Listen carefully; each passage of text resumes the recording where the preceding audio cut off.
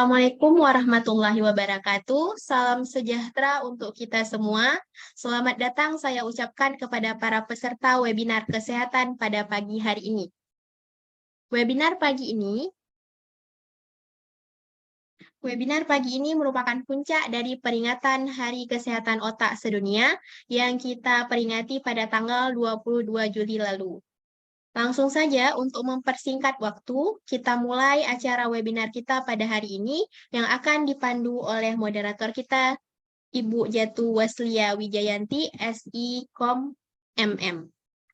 Iya, halo semuanya. Assalamualaikum warahmatullahi wabarakatuh. Terima kasih Mbak Intan atas Ya, kesempatannya. Ibu.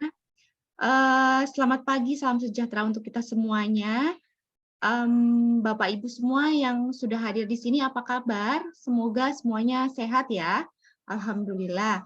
Dan perkenalkan, saya Jatu yang selaku moderator pada hari ini yang akan memandu webinar pada kesempatan siang hari ini.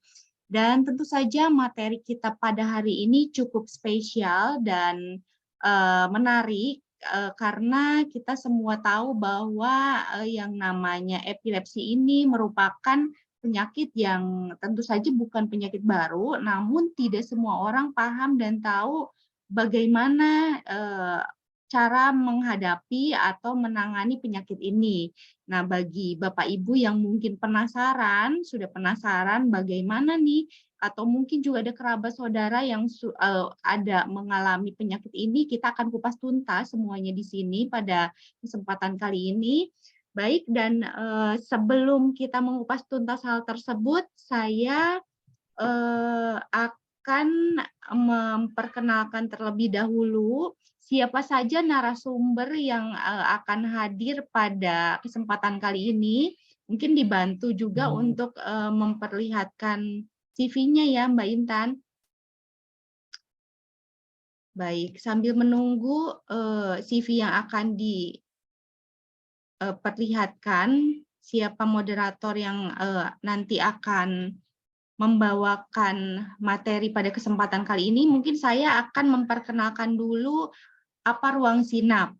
Bapak Ibu mungkin bertanya-tanya, sebenarnya apa itu ruang sinap ini dan sejak kapan dibangunnya? Baik, ruang sinap adalah singkatan dari ruang sharing informasi akurat seputar penyakit syaraf, dan forum ini merupakan forum diskusi kesehatan yang dibangun dengan tujuan untuk menjembatani masyarakat secara luas maupun komunitas lain pada umumnya dalam mendapatkan informasi akurat mengenai seputar penyakit syaraf. Dan forum diskusi ini diprakarsai oleh Dr. Nona Suci Rahayu SPN beserta para tim dokter ahli syaraf lainnya. Berdirinya forum diskusi ini sejalan dengan pengalaman dari para ahli-ahli yang terlibat di dalamnya. Masih banyak juga selama ini mitos-mitos maupun animo yang belum tepat yang sudah beredar banyak di masyarakat terkait penyakit dan gangguan syarafnya. Sejak dibentuk pada Januari 2023 hingga saat ini, Ruang Sinaps melalui para dokter ahli yang sudah tergabung di dalamnya masih terus aktif dalam memberikan edukasi kesehatan yang akurat kepada masyarakat, sehingga tingkat pengetahuan maupun kepedulian masyarakat terhadap pencegahan maupun pengobatan penyakit tertentu menjadi semakin lebih baik. Nah, kurang lebih seperti itu ya. Apa yang namanya ruang sinap ini mungkin nanti kita akan dijelaskan lebih detail lagi oleh pemrakarsanya langsung, yaitu Dr. Nona Suci Rahayu SPN selaku tim dokter ahli saraf. Sebelum nanti dokter menerangkan, saya akan membacakan CV-nya terlebih dahulu sebagai perkenalan ya. Baik, mungkin CV-nya juga bisa diperlihatkan. Iya. Sudah lumayan banyak ya, udah sekitar 23 partisipan yang sudah bergabung saat ini, mungkin nanti akan terus bertambah mudah-mudahan. Baik. Ya, sambil bersiap-siap untuk Oke, sudah ada CV dari Dr. Nona Suci Rahayu SPN. Beliau merupakan spesialis neurologi dengan pengalaman membawa materi dan sharing ilmu di bidang kesehatan seputar penyakit syaraf. Dr. Nona ini tentunya sudah banyak menangani pasien-pasien dengan epilepsi, dokter spesialis neurologi di Rumah Sakit Ibu dan Anak Provinsi Banda Aceh, oral presentasi pada interview virtual event Asian Oceanian Congress on Clinical Neurophysiology ke-7 tahun 2020. Wah, ini banyak sekali nih pengalamannya Dokter Nona. Baik, di sini juga ada oral speaker pada seminar lokal Simposia of Brain Banda Aceh, Actual News and Gathering Epilepsy Update and Discipline Approach. Kemudian berikutnya speaker pengenalan stroke and pencegahan pada komunitas disabilitas. Menjadi pemateri juga dalam berbagai platform edukasi kesehatan dan bimbingan belajar ilmu penyakit syaraf untuk dokter umum dan dokter internship seluruh Indonesia. Beliau juga selaku speaker pada live Instagram mengenai topik kesehatan dan penyakit di bidang syaraf lainnya. Jadi mungkin bagi teman-teman atau Bapak Ibu yang ingin mengenal lebih dekat seputar Dokter Nona Suci Rahayu ini bisa dibuka juga IG-nya ya. Sudah ada di layar IG Dokter Nona, mungkin nanti bisa mengenal lebih dekat, kemudian bisa melihat juga IG live stream-nya setiap IG live-nya setiap saat, bisa dicek di sana juga gitu. Baik, untuk mempersingkat waktu, bagaimana bila kita langsung saja menyambut narasumber kita yang pertama untuk memperkenalkan lebih detail lagi seputar ruang sinaps dan juga epilepsi. Baik, kepada Dokter Nona, dipersilahkan.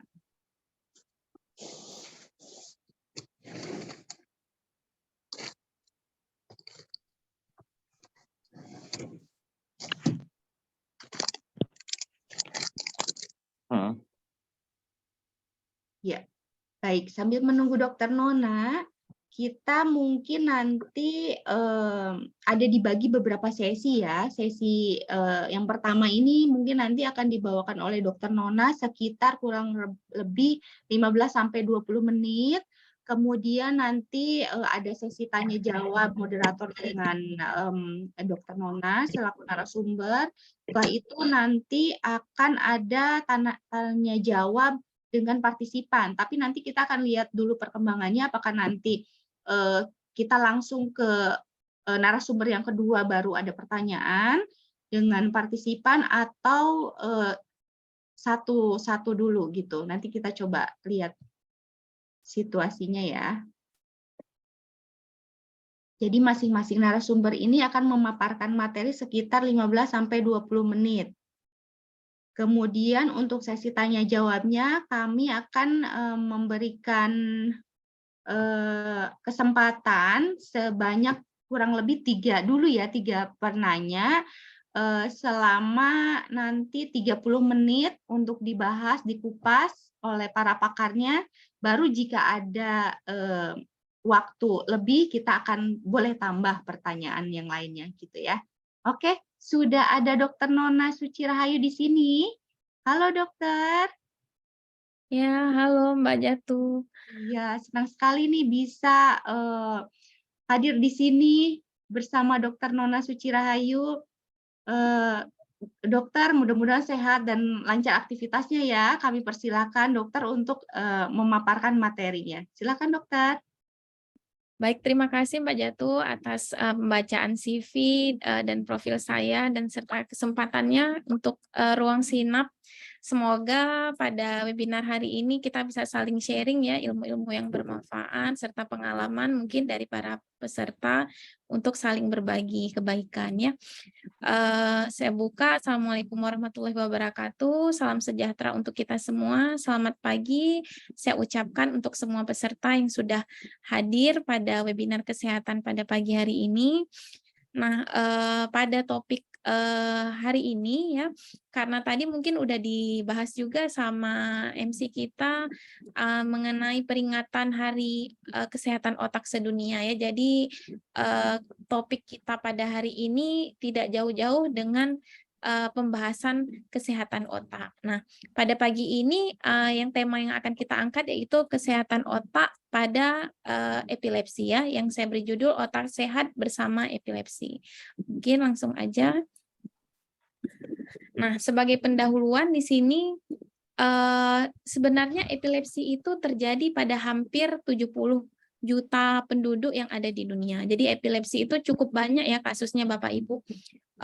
Dan terjadi tanpa memandang usia, apakah itu usia, ras, ataupun latar belakang geografis ya. Jadi siapa saja bisa terkena atau menderita epilepsi. Nah, namun sayangnya dengan begitu banyak kasus yang dialami atau kita jumpai terhadap epilepsi ini, masih banyak sekali nih animo atau mitos yang belum tepat yang beredar di masyarakat kita nih Bapak Ibu ya. Jadi sehingga animo ataupun stigma-stigma negatif tadi ataupun mitos-mitos yang belum tepat tadi itu secara tidak langsung menjadi hambatan untuk kita sendiri sebagai tenaga medis maupun pasien pastinya untuk mendapatkan penanganan yang tepat dan cepat ya. Jadi karena berbagai animo. Misalnya yang paling sering nih kita jumpai yang mungkin Bapak Ibu juga udah pada sering dengar ya, Bu ya. Bahwa epilepsi itu adalah penyakit menular ya. Jadi dengan adanya stigma negatif seperti ini justru membuat pasien jadi enggan ke rumah sakit ya, karena menganggap bahwa penyakitnya ini penyakit aib, penyakit memalukan ya. Jadi justru itu yang akan membuat dia makin lambat atau ya menghambat dia untuk mendapat penanganan secara cepat. Kemudian ada juga stigma yang mengatakan bahwa penyakit epilepsi ini adalah penyakit gangguan mental atau penyakit akibat kerasukan jin ya. Jadi banyak sekali masih mitos ataupun stigma negatif yang itunya nanti akan membuat penanganan epilepsi menjadi lambat. Nah, selanjutnya untuk mengenal lebih dekat dulu nih Bapak Ibu, sebenarnya apa itu epilepsi? Jadi kita akan bahas pada pagi ini bahwa epilepsi itu adalah suatu tanda ataupun gejala yang bersifat sesaat ya, yang terjadi akibat aktivitas listrik otak yang berlebihan atau abnormal ya. Jadi listrik otak itu Bapak Ibu idealnya itu harus berimbang ya. Jadi tidak boleh terlalu berlebihan, tidak boleh terlalu lambat, dan dia memang harus seimbang. Karena kalau misalnya lambat, efeknya itu bisa pada gangguan konsentrasi ya, gangguan atensi, gangguan pemusatan perhatian ya. Nah, kalau berlebihan pun juga tidak baik ya. Jadi salah satunya kalau aktivitas listriknya berlebihan, bisa kita lihat pada pasiennya muncul gejala-gejala kejang yang kita katakan nantinya mengalami epilepsi. Jadi khas sekali ya bahwa epilepsi itu adalah suatu gangguan yang bersifat tiba-tiba sesaat akibat listrik otak yang berlebihan tadi. Nah, batasannya Bapak Ibu, kapan seseorang yang kejang itu kita katakan epilepsi ya. Jadi epilepsi itu kejang itu dikatakan epilepsi kalau dia sudah mengalami kejang berulang 2 kali atau lebih nih tanpa adanya pencetus yang terjadi lebih dari 24 jam. Jadi di sini dapat kita simpulkan bahwa tidak semua kejang itu epilepsi ya. Nah, tapi epilepsi sudah pasti kejang ya Bapak Ibu ya. Jadi kalau misalnya kejangnya sudah berulang 2 kali atau lebih ya tanpa ada pencetus yang jelas selama durasi waktu lebih dari 24 jam, maka hampir pasti kita bisa diagnosa pasiennya itu dengan epilepsi. Tapi apakah Dok semua pasien kejang itu epilepsi? Belum tentu ya. Jadi kalau belum memenuhi batasan seperti yang saya sebutkan tadi, maka pasien belum bisa kita kategorikan sebagai epilepsi ya. Nah, jadi kejang itu tidak selalu menjadi pertanda epilepsi. Di mana bahwa di penelitian yang sudah pernah dilakukan di dunia, bahwa 10% dari penduduk dunia itu pernah mengalami kejang Bapak Ibu, sebanyak 1 kali selama hidupnya. Ini penelitian yang pernah dilakukan sebelumnya mengatakan demikian. Namun dari lebih 10% kasus tadi yang mengalami kejang, hanya 2-3% kasus saja yang nantinya akan berkembang menjadi epilepsi. Ya. Jadi tidak semua kejang itu akan berkembang menjadi epilepsi. Nah, jadi seperti yang sudah saya katakan di awal tadi nih Bapak Ibu, bahwa epilepsi itu tidak memandang usia ya, jadi tidak memandang usia, tidak memandang ras ya, tidak memandang jenis kelamin, jadi semuanya bisa mengalami dan menderita epilepsi. Oleh karena itu sangat penting nih untuk kita, masyarakat maupun orang-orang sekitar nantinya kita bisa saling memberikan edukasi ya, sharing pengetahuan mengenai epilepsi itu sendiri. Nah, berbicara epilepsi, pasti kita berbicara masalah kejang ya. Nah, kejang pada epilepsi itu tidak harus selalu berupa gerakan tangan atau kaki yang kaku, Bu, atau kelojotan ya. Jadi bukan berarti kejang pada epilepsi itu harus kaku nih tangan kakinya atau kelojotan nih tangan dan kakinya ya. Bukan tidak melulu hanya berfokus di kekakuan atau kelojotan tangan dan kaki. Tapi gejala kejang pada epilepsi itu sangat beragam. Mulai dari adanya gangguan perilaku, gangguan konsentrasi ya, maupun gangguan-gangguan lain seperti misalnya melamun ya, atau cuma nyeri kepala saja ya. Kadang ada pasien dia datang dengan sering riwayat migrain, nyeri kepala, tapi tidak ada gangguan motorik ya. Kita sebut motorik itu misalnya tidak ada gejala pada tangan ataupun kakinya yang kaku atau kelojotan. Namun ketika kita eksplor lebih jauh dengan pemeriksaan EEG, misalnya pemeriksaan untuk mendiagnosis listrik otak itu abnormal atau tidak, biasanya ada kelihatan nih, ada gelombang listrik yang berlebihan atau abnormal pada si pasien. Nah, jadi dari pengalaman itu kita bisa simpulkan bahwa tidak semua gejala kejang itu pada epilepsi harus berupa gerakan tangan ataupun kaki yang kaku dan kelojotan ya. Bisa hanya cuman gejala melamun ya, atau gangguan konsentrasi atau gangguan perilaku. Nah, penyebab epilepsi itu sangat banyak ya Bapak Ibu ya, mulai dari kerusakan struktural ya, misalnya akibat ada riwayat stroke sebelumnya, atau ada riwayat infeksi otak ya, atau cedera kepala sebelumnya, atau bahkan akibat reaksi autoimun. Jadi reaksi peradangan tubuh yang nantinya menyebabkan kerusakan pada sel-sel saraf. Dan bisa juga akibat atau faktor genetik ya. Faktor genetik di sini misalnya paling sering itu pada kasus-kasus anak misalnya yang sering kita jumpai. Jadi anak-anak dengan sindrom tertentu yang memiliki kelainan genetik atau mutasi genetik ada kecenderungan 1-2% kasus berkembang menjadi penderita epilepsi ya. Jadi karena ada mutasi dari genetik tadi. Kemudian untuk klasifikasinya, klasifikasi epilepsi itu terbagi berdasarkan penyebabnya Bapak Ibu. Jadi ada yang primer, ada yang sekunder, dan ada yang kita sebut dengan sindrom epilepsi. Nah, kalau epilepsi primer atau disebut juga dengan idiopatik, itu adalah epilepsi yang tidak diketahui pasti nih Bapak Ibu apa sih penyebabnya. Nah, paling sering itu disebabkan karena faktor genetik ya. Kalau epilepsi sekunder atau simptomatik itu adalah epilepsi yang penyebabnya udah kita tahu secara pasti. Misalnya nih contohnya pasiennya pernah punya riwayat stroke sebelumnya. Jadi ada kerusakan sel saraf di otak ya akibat stroke-nya, apakah itu stroke perdarahan ataupun stroke penyumbatan ya. Sehingga sel-sel saraf yang terkena akibat stroke tadi mengalami kerusakan atau kematian sel saraf. Nah, akibat kematian sel saraf tadi itu nantinya akan menyebabkan gangguan metabolisme dan fungsi otak secara umum ya, mulai dari gangguan listrik otak, gangguan metabolisme otak, yang nantinya itu akan berujung kepada penyebab epilepsi yang sudah kita bahas tadi di awal ya Bapak Ibu ya. Jadi karena adanya kerusakan sel sehingga menyebabkan gangguan atau ketidakseimbangan dari listrik otak itu sendiri, sehingga menyebabkan timbulnya gejala epilepsi atau kejang pada pasien-pasien dengan kerusakan otak, misalnya karena stroke atau karena infeksi otak ataupun misalnya bisa pada pasien-pasien tumor kepala. Nah, yang terakhir itu adalah klasifikasinya sindrom epilepsi. kalau sindrom epilepsi ini biasanya sangat bergantung dengan awitan atau usia kapan munculnya gejala. Jadi sering kita jumpai ini pada kasus-kasus anak ataupun remaja.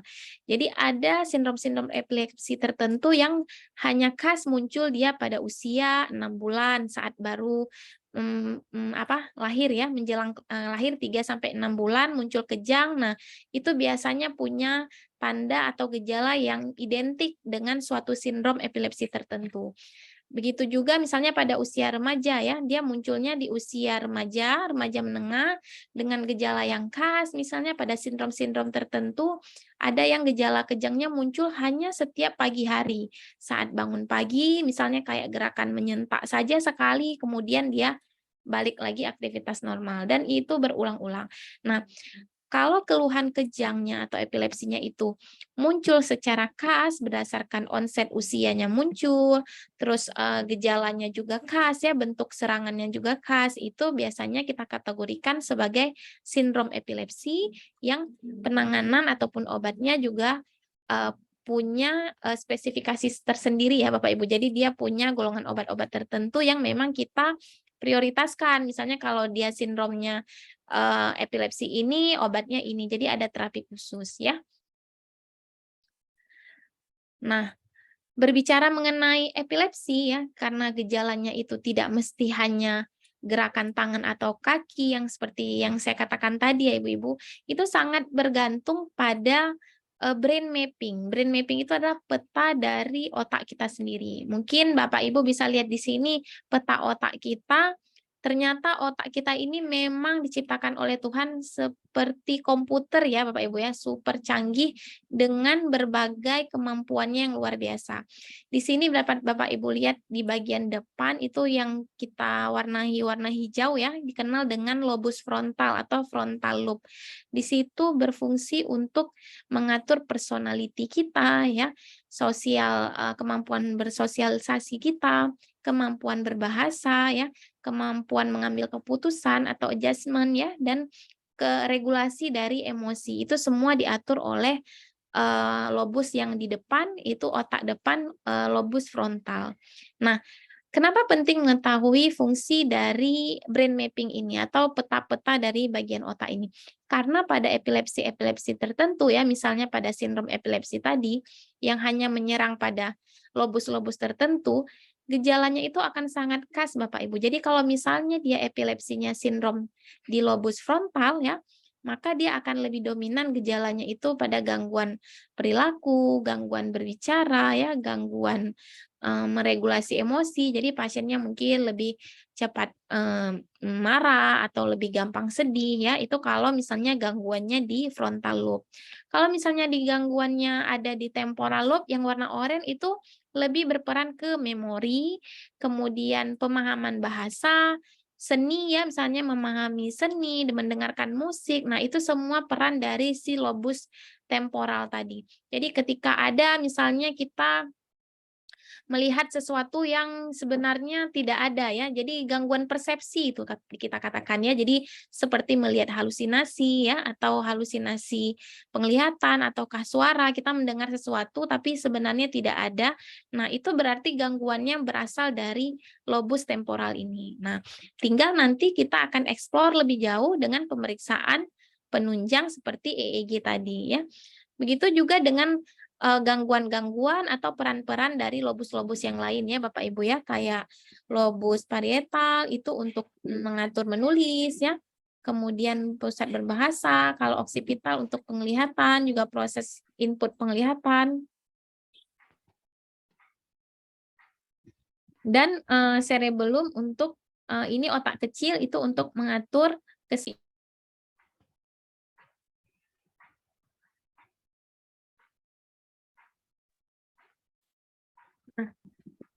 Bapak Ibu bisa lihat di sini ada contoh gambaran yang saya tampilkan mengenai pemeriksaan EEG ya. Jadi alat gold standar untuk mendiagnosa epilepsi atau ada tidaknya gangguan listrik otak itu sendiri adalah dengan pemeriksaan EEG atau elektroensefalografi namanya ya. Jadi di sini dapat kita lihat bahwa gambaran normal EEG ya lebih kurang seperti ini ya Ibu-ibu ya. Jadi tanpa ada gelombang-gelombang listrik otak. Pada lobus-lobus tertentu ya, pada misalnya pasien-pasien dengan epilepsi, itu akan tampak ini gelombang listrik otak yang berlebihan ya pada pasien-pasien dengan epilepsi. Jadi tampak di sini pada slide ada tampilan seperti gelombang paku ya, yang gelombang paku atau gelombang ombak ya seperti ini ya. Jadi yang tajam-tajam paku dan ombak. Jadi ini merupakan pertanda bahwa ada kelebihan atau aktivitas listrik otak yang berlebihan. Tinggal kita nanti akan eksplor dari pemeriksaan EEG ini di daerah mana yang mengalami gangguan. Jadi pada peta EEG ini Bapak Ibu akan tampak bagian lobus frontal kah, lobus temporal kah, atau lobus parietal kah yang mengalami gelombang paku atau gelombang ombak tadi ya. Tinggal kita lihat. Kalau misalnya kiri kanan ya, ini otak kiri dan kanan seperti pada gambar di bawah, berarti itu sudah gangguan listrik otaknya sudah lebih menyeluruh di otak kiri dan kanan. Sedangkan pada gambar yang di sebelahnya yang hanya kejang parsial, itu kejang satu sisi biasanya ya, hanya tangan saja atau hanya kaki saja, itu tampak gelombang paku ombaknya hanya pada salah satu sisi otak ya, seperti pada gambar EEG. Nah, di sampingnya ini ada contoh gambar EEG ya. Jadi Bapak Ibu, prinsip dari EEG itu adalah menempelkan elektroda yang peka terhadap aliran listrik otak. Jadi ditempelkan pada kulit kepala, ini tulang kepala, ini ada elektrodanya, dia akan menangkap nih kelebihan atau gangguan pada irama aliran listrik otak tadi yang akan ditampilkan ke monitor. Jadi prinsip kerjanya lebih kurang seperti itu. Baik, langsung saja karena tadi kita sepakat ya pada pagi hari ini kita akan mengangkat kesehatan otaknya nih. Nah, jadi kita akan membahas lebih jauh nih Bapak Ibu, apa sih dampak epilepsi terhadap kesehatan otak itu sendiri ya. Jadi karena seperti yang sudah kita bahas tadi ya, bahwa epilepsi itu adalah adanya gangguan listrik otak yang terjadi ya karena listrik otaknya terjadi karena berlebihan ya, terlalu berlebihan. Itu akan menyebabkan berbagai dampak kesehatan otak seperti gangguan fungsi berpikir ya, misalnya gangguan fungsi kognitif, gangguan neurobiologis, psikologis, hingga dampak sosial. Nah, kita bahas satu-satu ya Bapak Ibu ya. Nah, kalau dampak secara kognitif, di sini kita ketahui bahwa epilepsi misalnya pada usia anak. Nah, usia anak itu sendiri kan perkembangan sel otaknya 75% itu berkembang sampai usia 35 tahun. Jadi 3 tahun, maaf. Jadi usia otak anak itu 3 tahun otak anak itu sudah fungsinya mencapai 75% fungsi otak dewasa. Nah, ketika anak beranjak 5 tahun, maka fungsi otaknya berkembang menjadi 90-95% otak dewasa.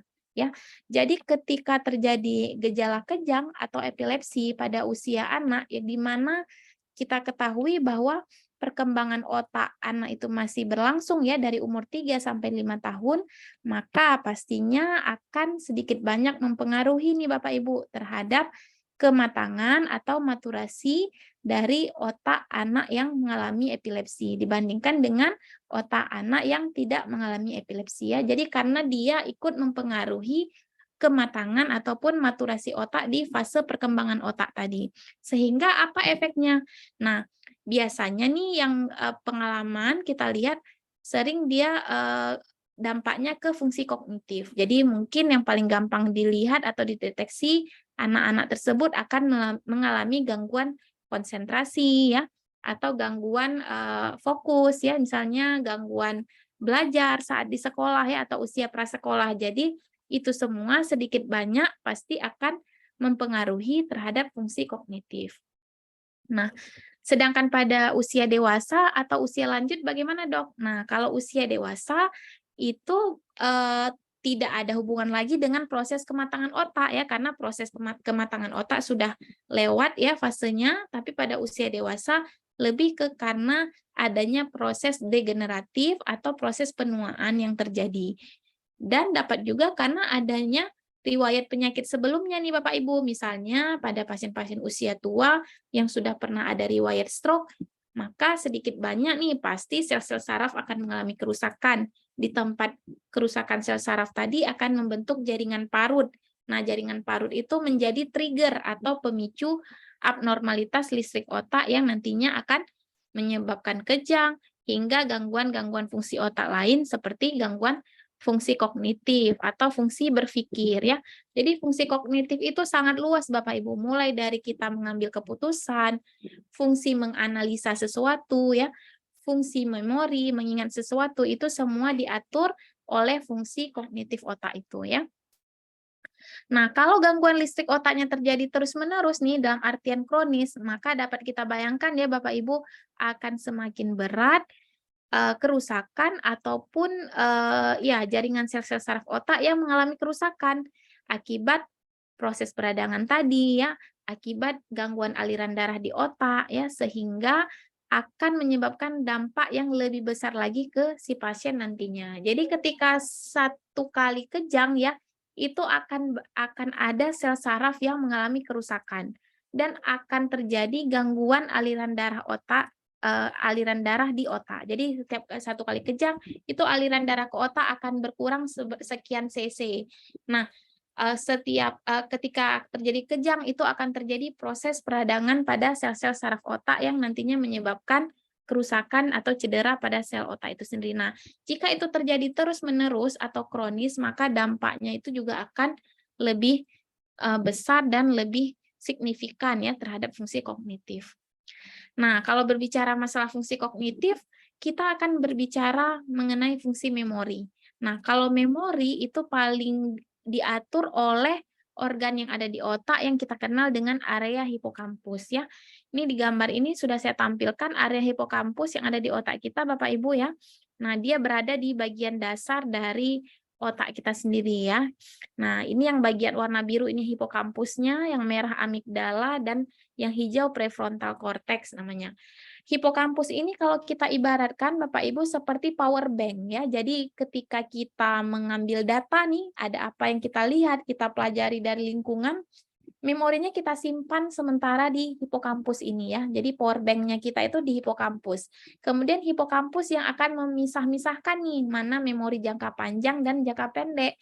Yang jangka pendek disimpan di amigdala, yang jangka panjang yang kita ingat terus nih akan disimpan di prefrontal cortex namanya yang berwarna hijau. Jadi ketika terjadi epilepsi ya, kerusakan sel saraf akibat epilepsi tadi, maka aliran darah otak kan berkurang. Sel-sel saraf juga akan mengalami gangguan.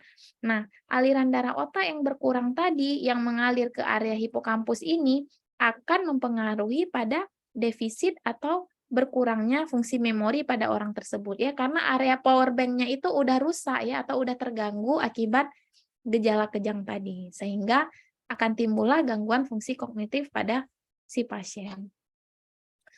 Nah, kalau dampak epilepsi secara neurobiologis, psikologis ataupun fungsi sosial bagaimana? Nah, kalau pada epilepsi itu ada gangguan-gangguan seperti gangguan perilaku ya, gangguan perilaku. Kenapa? Karena seperti yang kita ketahui bahwa otak kita itu seperti komputer yang super canggih ya, seperti yang saya katakan tadi. Jadi di situ mengatur emosi ya, emosional kita, pusat untuk berpikir ya, untuk mengatur perilaku baik buruk ya, adjustment-nya kita itu semuanya diatur oleh otak. Jadi ketika itu terganggu, maka ya pasti sedikit banyak juga akan mempengaruhi kepada perilaku, proses berpikir kita maupun pengaturan atau regulasi emosional kita, ya. Nah, selain itu seperti yang ditampilkan di materi ini ya, dikatakan bahwa epilepsi yang berkepanjangan nih Bapak Ibu juga ternyata memberikan efek secara psikologis yang berdampak terhadap kehidupan sosial si pasien ya. Jadi stigma negatif tadi nih yang masih banyak masih ada beredar di sekitar masyarakat kita terhadap pasien-pasien yang mengalami epilepsi.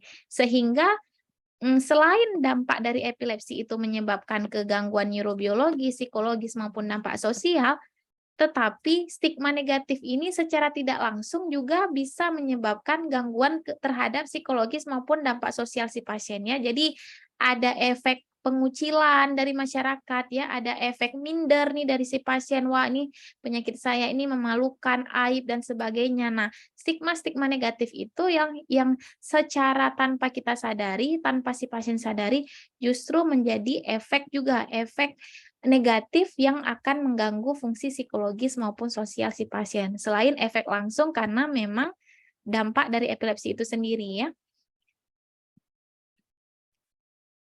Nah, dampak lainnya misalnya karena dia minder nih, dia dikucilkan dari lingkungan ya, dia akan kehilangan pekerjaan. Nah, kehilangan pekerjaan juga bisa menyebabkan gangguan dari proses psikologisnya. Misalnya dia bisa menjadi depresi ya, dan biasanya pasien-pasien dengan depresi itu akan ditandai dengan gangguan fokus, gangguan atensi, sampai dengan gangguan kognitif. Jadi seperti pisau bermata dua ya Bapak Ibu. Jadi epilepsi itu dia sendiri juga udah memiliki efek langsung ke cedera sel saraf otaknya. Namun ternyata lingkungan ataupun stigma-stigma negatif yang ada di sekitar kita secara tidak langsung tanpa kita sadari juga akan berdampak pada si penderita epilepsi dan berpengaruh kepada kehidupan psikologis maupun dampak sosial si pasien. Makanya nih penting sekali buat kita semua, terutama buat mungkin para Bapak Ibu yang sudah hadir ya pada webinar kali ini, semoga bisa memberikan insight baru bahwa kita bisa menangkal mitos ataupun stigma negatif terhadap epilepsi ini ya. Kemudian dampak yang lain itu dari epilepsi adalah dampak dari obat anti bangkitannya itu sendiri ya. Selain dari epilepsinya, ternyata obat anti bangkitan atau obat epilepsinya itu sendiri juga memiliki dampak bagi kesehatan otak ya.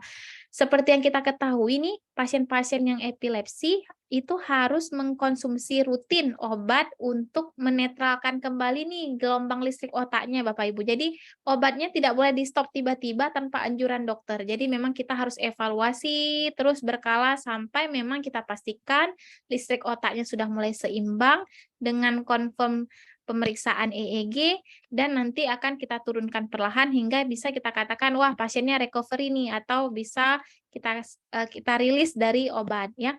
Jadi karena efek yang berkepanjangan dari konsumsi obat itu sedikit banyak pasti akan mempengaruhi nih metabolisme tubuh kita. Salah satunya adalah mempengaruhi kadar mikronutrien tubuh ya, seperti asam folat dan vitamin-vitamin B kompleks lain yang dibutuhkan oleh tubuh ya.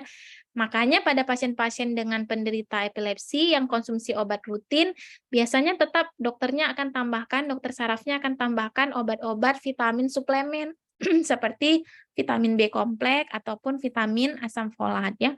Selain itu asam folat dan vitamin B kompleks ini juga berfungsi untuk memperbaiki nih sel-sel saraf otak yang rusak atau cedera akibat epilepsi. Nah, Bapak Ibu bisa lihat ya contoh gambar yang saya tampilkan bahwa sel saraf otak kita seperti ini ya Bapak Ibu ya. Nah, ini ada dendrit namanya yang untuk menangkap sinyal yang paling ujung, kemudian dihantarkan melalui ininya sel sarafnya, badan selnya ke akson namanya, kemudian ke ujung-ujung terminal yang menangkap. Jadi di sini nanti ada sel otot, otot tangan, otot mata, otot kaki yang menangkap si ujung-ujung terminal dari sel saraf kita ini sendiri. Nah, normalnya ini setiap akson punya pelindungnya ya. Ibaratnya kabel listrik itu ada pelapisnya yang melindungi supaya dia tidak gampang teriritasi. Pada pasien-pasien yang epilepsi, pelindungnya ini sudah rusak ya, dapat kita lihat di sini. Nah, bisa rusak ya akibat cedera atau aktivitas listrik yang berlebihan tadi. Nah, seperti gambar di bawahnya ya Bapak Ibu ya. Udah comot-comot ya dinding-dinding sel sarafnya. Nah, itu semua bisa kita atasi pemulihan kembali pelapis atau pelindung dari sel saraf ini dengan pemberian suplemen seperti vitamin B kompleks ataupun asam folat. Nah, mengingat nih begitu banyak dampak dari epilepsi, baikkah itu epilepsinya sendiri, dampak lingkungannya sendiri terhadap kesehatan otak, maupun dampak obat yang diberikan kepada kesehatan otak.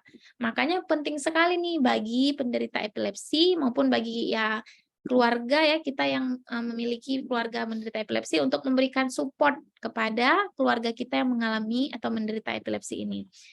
Agar kesehatan otaknya tetap terjaga ya, sebenarnya ada cara atau tips menjaga kesehatan otak. Tidak hanya pada penderita epilepsi, tapi ya secara general juga bisa kita lakukan tips untuk menjaga kesehatan otak ini. Yang pertama, pada pasien-pasien epilepsi khususnya, itu adalah dengan mengkonsumsi obat anti epilepsi tadi atau obat anti bangkitan tadi secara teratur dan memenuhi kecukupan mikronutrien tubuh. Karena kita tahu tadi efek samping dari beberapa obat anti epilepsi adalah terkadang ada menekan mikronutrien tubuh. Jadi makanya perlu konsumsi obat untuk mengontrol bangkitan kejang sekaligus mengkonsumsi vitamin pendukung untuk mencukupi mikronutrien yang hilang atau berkurang tadi. Kemudian mengendalikan atau belajar memanajemen stres dengan baik ya, mengendalikan emosi, memanajemen stres yang baik itu juga menjadi salah satu tips atau cara untuk menjaga kesehatan otak tetap baik pada pasien-pasien dengan epilepsi.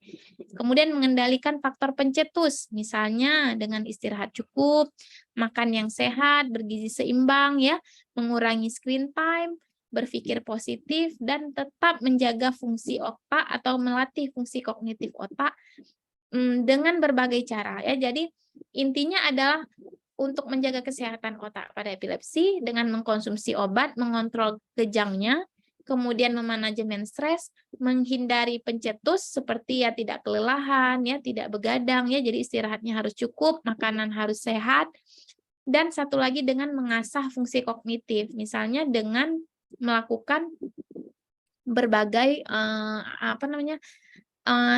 permainan atau games yang mengasah fungsi kognitif otak ya. Intinya adalah mengendalikan bangkitan kejang adalah kunci utama bagi kesehatan otak pada pasien dengan epilepsi. Nah, tips menjaganya di sini sudah saya rangkumkan dengan gambar-gambar ya. Jadi misalnya dengan istirahat cukup, melatih fungsi kognitif misalnya dengan bermain catur ya. Jadi catur itu kan kita belajar strategi ya. Jadi terasah kembali fungsi kognitif otaknya.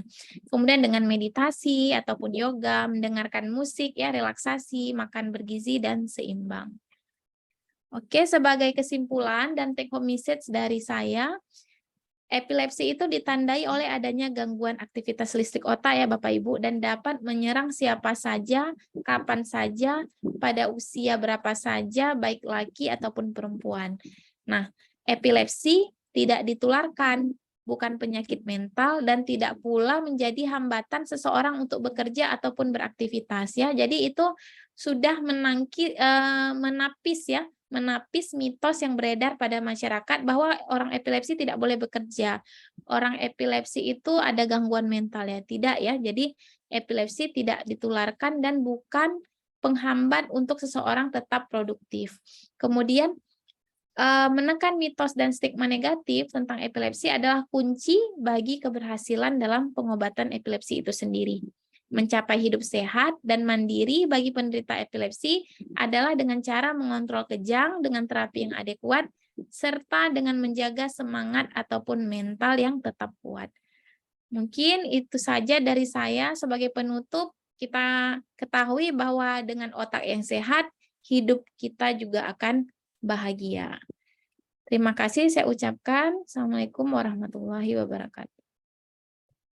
Waalaikumsalam warahmatullahi wabarakatuh. Wah, luar biasa sekali ya. Ini ilmunya buat saya sendiri. Ini merupakan banyak sekali ilmu baru yang sebelumnya saya tidak ketahui tentang epilepsi.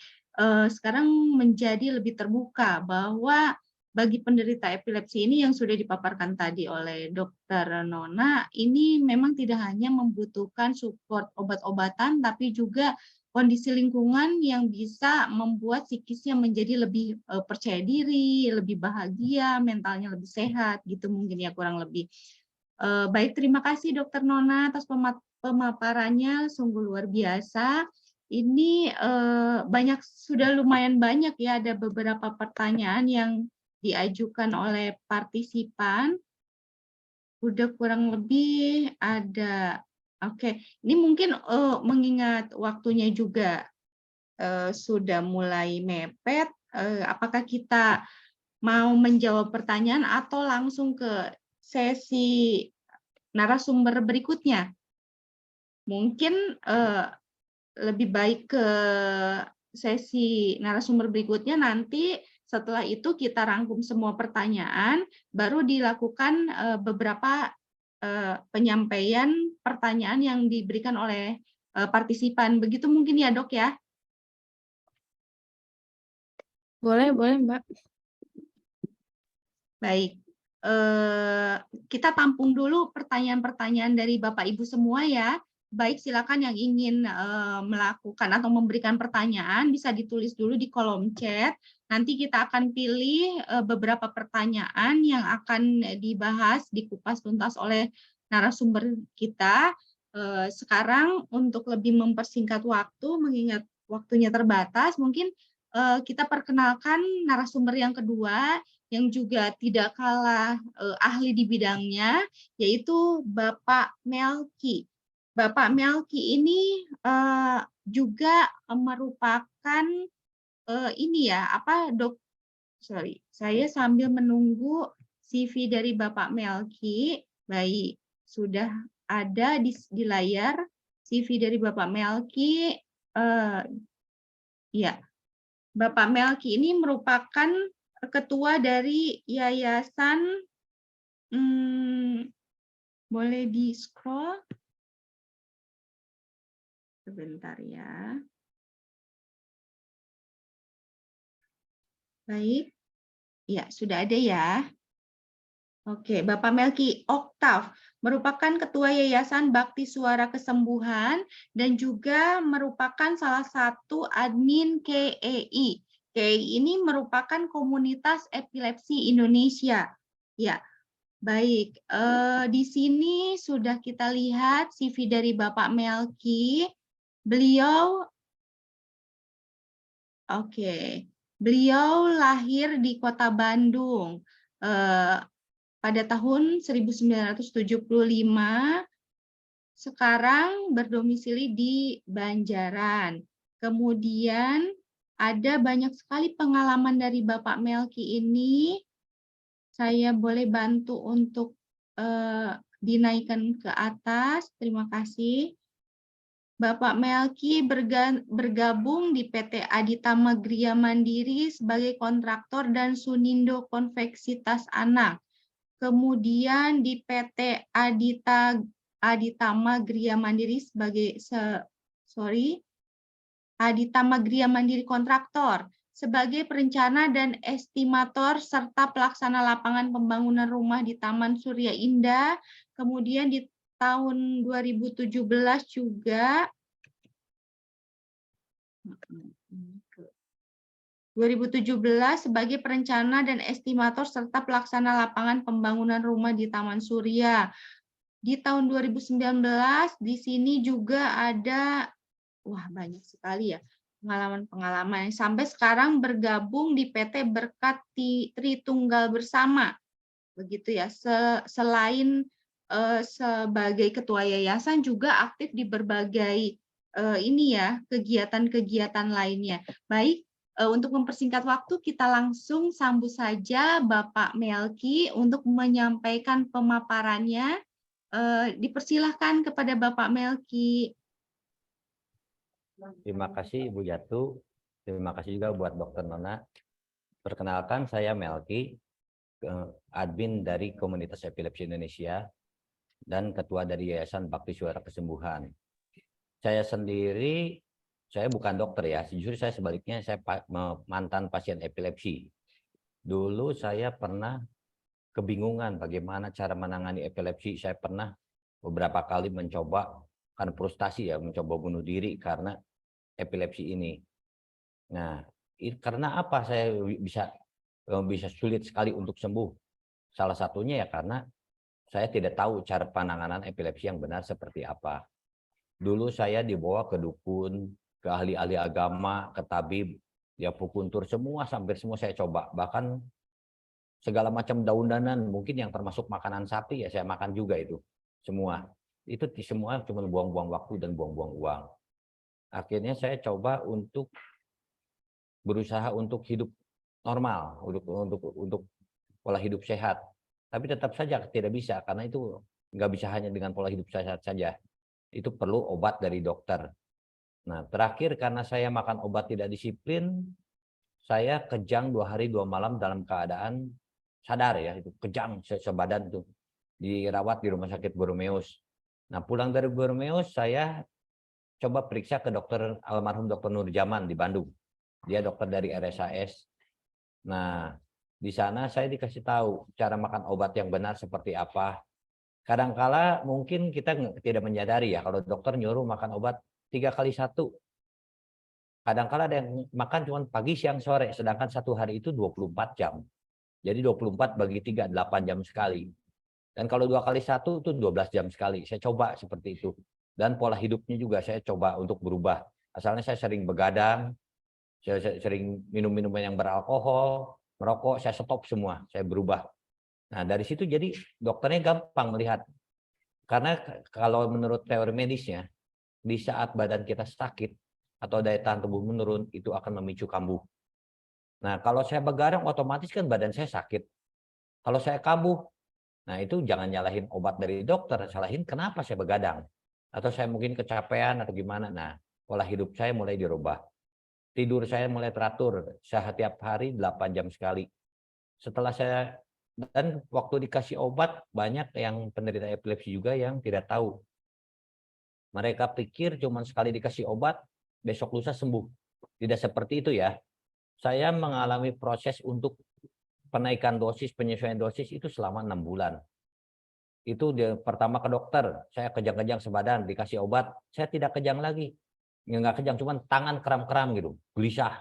Nah, bulan depannya ke dokter lagi, udah nggak kram-kram, tapi gelisah, nggak bisa tidur, keringat dingin gimana. Itu semua perlu proses. Nggak sekaligus kayak obat pilek gitu ya, atau obat batuk, dikasih obat batuk seminggu sembuh gitu. Itu perlu proses, perlu kesabaran. Cuman di saat kita lagi menjalankan pengobatan itu, pola hidup itu harus sehat. Walaupun obatnya sakti, kalau hidupnya nggak sehat, misalnya tidurnya begadang, minum alkohol, orang sehat juga bisa sakit. Apalagi kita. Begitu. Nah, selain pola hidup sehat, harus rutin ke dokter.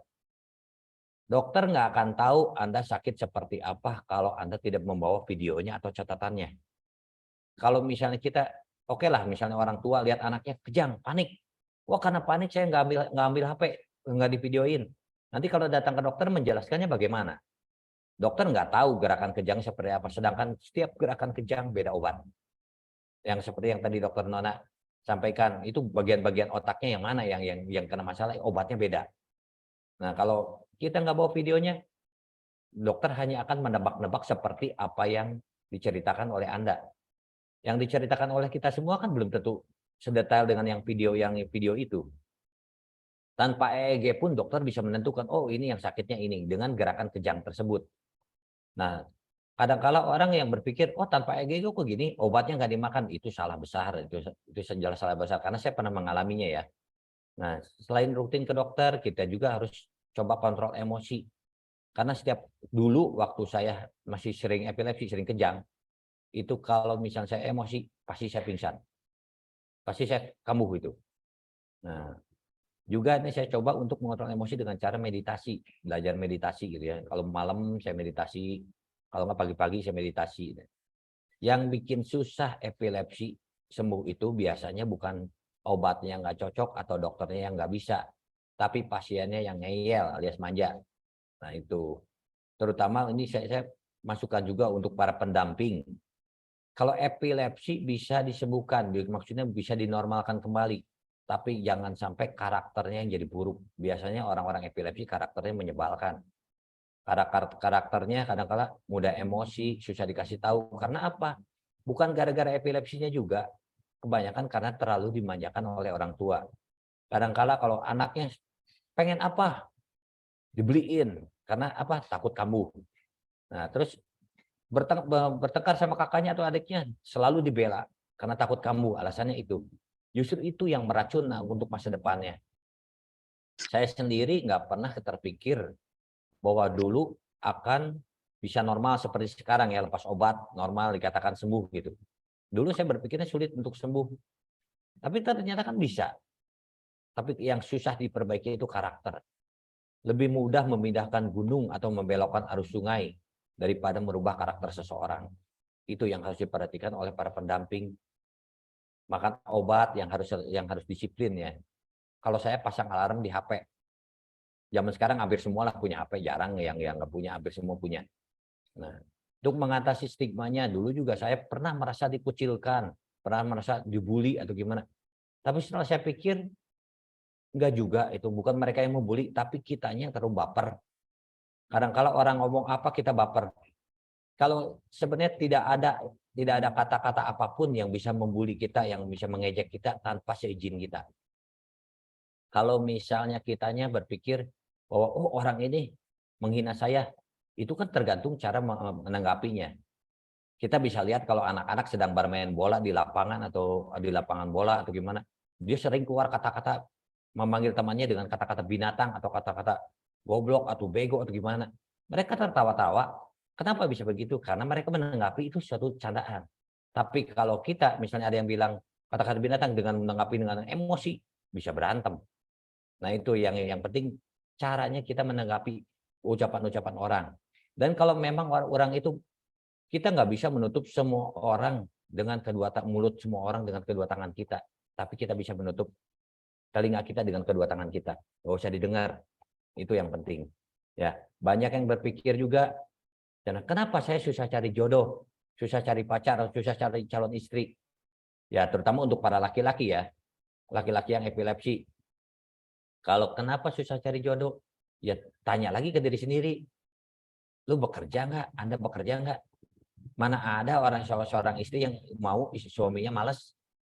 Ya kalau suaminya malas, mau makan apa? Kita kan hidup juga, setiap orang berhak untuk bahagia, termasuk calon istri kita. Kalau dia kira-kira melihat, wah ini kayaknya orang ini nggak beres nih, bakal bikin saya susah. Dia berhak untuk menjauh, udah belum menikah kan, bebas. Dan kalau misalnya ditolak, jangan dulu langsung bilang, waduh saya dikucilkan gara-gara epilepsi, jangan. Tanya dulu keseharian Anda bagaimana.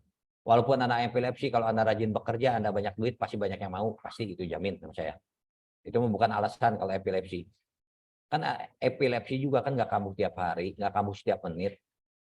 Kalau orang epilepsi itu hampir sama dengan orang yang normal lainnya. Itu hanya berbeda saat kambuh saja. Itu juga nggak lebih dari 2 menit atau 3 menit, sebentar. Sisanya kan orang normal, tapi kebanyakan sisanya itu dipakai untuk mengeluh dan putus asa.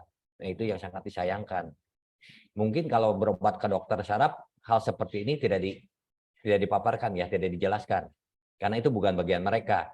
Kalau saya sendiri membagikan karena saya pernah mengalami. Saya merasa dikucilkan, ternyata bukan dikucilkan. Karena sayanya baper. Orang ngomong dikit emosi.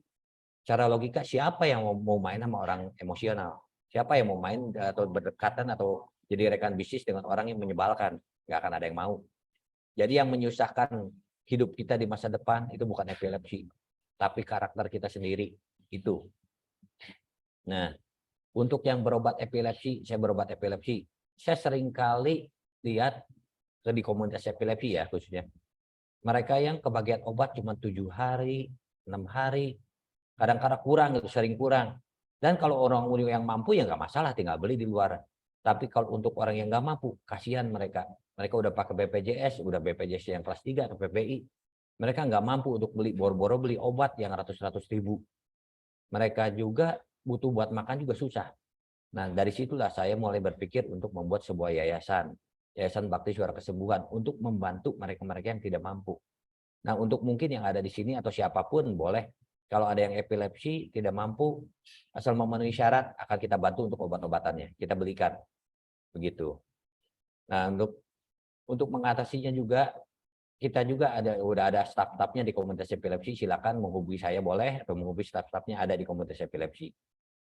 Kalau ada yang perlu bantuan langsung, boleh hubungi saya. Ya. Nah, untuk yang lainnya juga, semoga sehat selalu. Jangan lupa selalu disiplin makan obat, jaga kondisi badan, pola hidup sehat, olahraga, tidur teratur, makan teratur. Ya, mungkin itu dari saya saja. Terima kasih. Silakan saya kembalikan ke moderator. Iya, baik. Waduh, luar biasa sekali nih. Terima kasih Bapak Melki.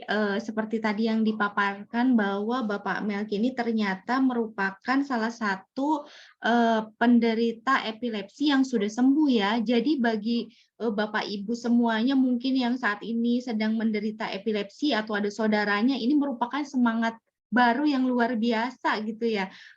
Bahwa kalau selama ini ada yang mengatakan bahwa ini tidak bisa sembuh, Bapak Melki membuktikan bahwa epilepsi bisa sembuh tanpa obat. Sekarang Bapak Melki sudah tidak mengkonsumsi obat ya Pak, betul?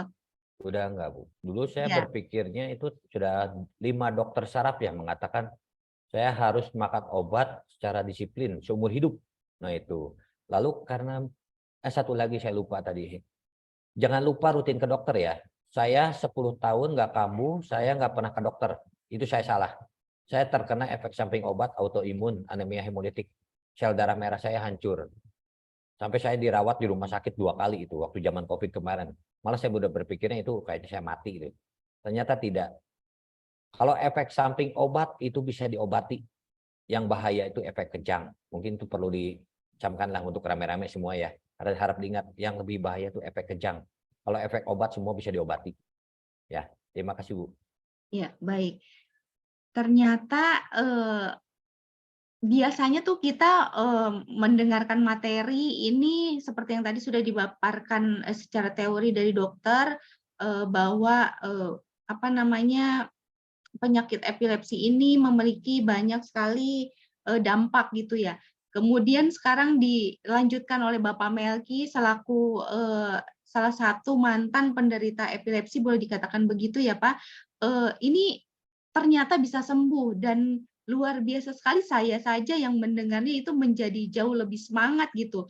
Apa yang dipaparkan Pak Melki tadi menjadi salah satu testimoni nyata bahwa epilepsi ini bisa sembuh dan kemudian orangnya bisa bekerja secara normal, bahkan juga Pak Melki ini memberikan inspirasi bagi semua bisa menjadi ketua yayasan, bisa apa namanya membangun komunitas epilepsi Indonesia ini, memberikan semangat kepada para penderita epilepsi untuk ayo kita bisa sembuh, kita bisa normal. Bahkan tadi Pak Melki juga bilang bahwa tidak usah manja, kita yang membangun spirit sendiri untuk bisa bangkit, bahkan bisa punya pendamping hidup yang layak, yang normal seperti yang lainnya. Begitu ya Pak Melki? Ya Bu. Baik, baik. Ini saya lihat di sini sudah lumayan banyak ya pertanyaan dan rasanya pengen semuanya saya bacakan. Namun sepertinya kalau melihat waktunya ini harus dibagi-bagi. Saya coba pilih-pilih ya, nanti bisa langsung dijawab oleh narasumber kita, Dr. Nona atau Bapak Melki. Saya coba bacakan salah satu ya. Assalamualaikum dok, mau bertanya. Hasil EEG anak saya adalah epileptogenik dan disfungsi menyeluruh kortikal. Apakah itu bisa disembuhkan dok? Sekarang anak saya sedang pengobatan di bulan ke-8. Ini pertanyaan dari Ibu Heriani, ditujukan kepada dokter Nona. Mau dijawab satu-satu dulu dok atau dipilih langsung 3 pertanyaan? Boleh satu-satu dulu kali ya Mbak Jatu ya. Baik, baik. Langsung saja boleh dipersilakan dokter.